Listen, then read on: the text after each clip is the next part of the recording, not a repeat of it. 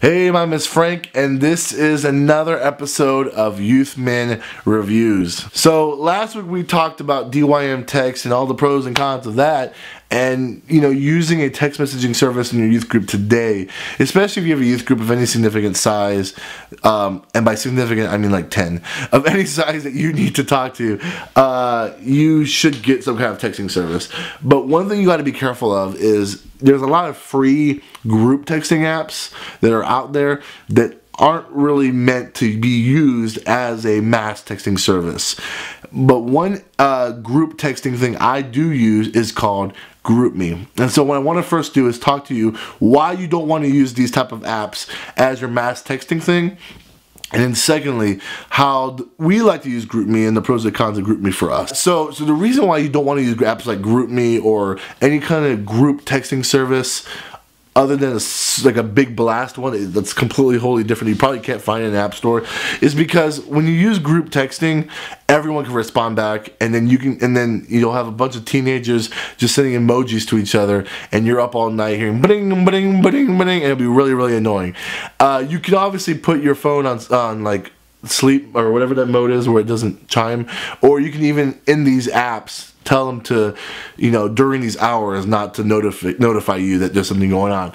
But with that being said, other stuff can happen that can be really, really awkward. Like you can send a group text out and say, hey, we're going to so-and-so's house for a swimming pool party. Bring a modest outfit or whatever.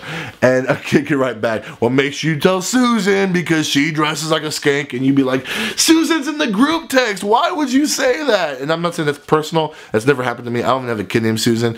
But what I'm saying is those type of things can awkwardly happen. And so mass texting can let you send out a text, and when they hit reply, you're the only one that sees it, not everyone else, and it's not as awkward. But these group texting apps are great for other reasons. So here are the pros and here are the cons of these group texting apps. But specifically, I'm going to talk about GroupMe because that's been my go-to app for a couple years now. I've been using it for a variety of different groups, and GroupMe is my favorite. And here are the pros for GroupMe. Number one, it works. It does its job. It's a very simple group app. You know what I'm saying? The reason why I love GroupMe is I hate being in group text like the normal native texting messenger app for Apple, and have an Android guy in there, and like I send a text out to everyone, and then he'll reply back to me privately, and every other person has an iPhone privately, and it's just really confusing. And we're like, who are you talking to me personally, or are you responding to the group? I don't understand, and that gets annoying. So GroupMe fixes all that across all platforms. In there, nice and beautiful.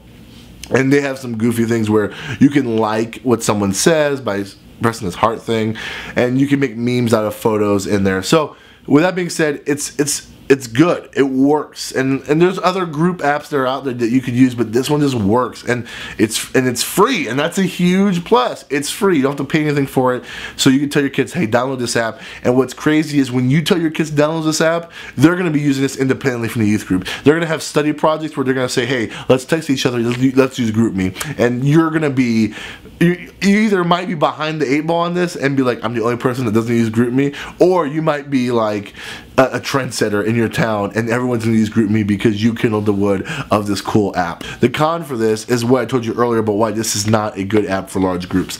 I use this app for my leadership team and smaller groups, like my boys small group, or the guys that are going, or the kids are going to the concert with me, like those small group settings where I just want to talk to those guys quickly and effectively. That's what I use this app for.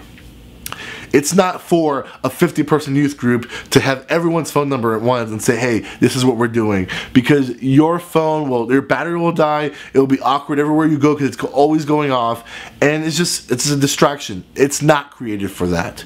Get a mass texting service like DYM Text or something similar, because that's what that's for. This is for small group interaction.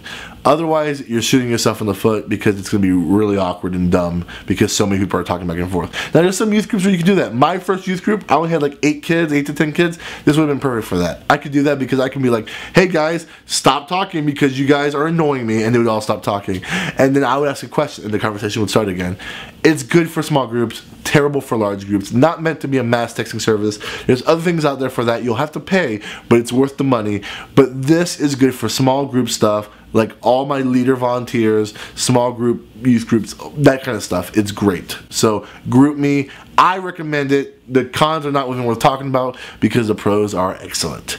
So hit it up, GroupMe. If you have any questions, let me know. Like, comment, subscribe. If you have any questions, hit me up, and I'll see you next week.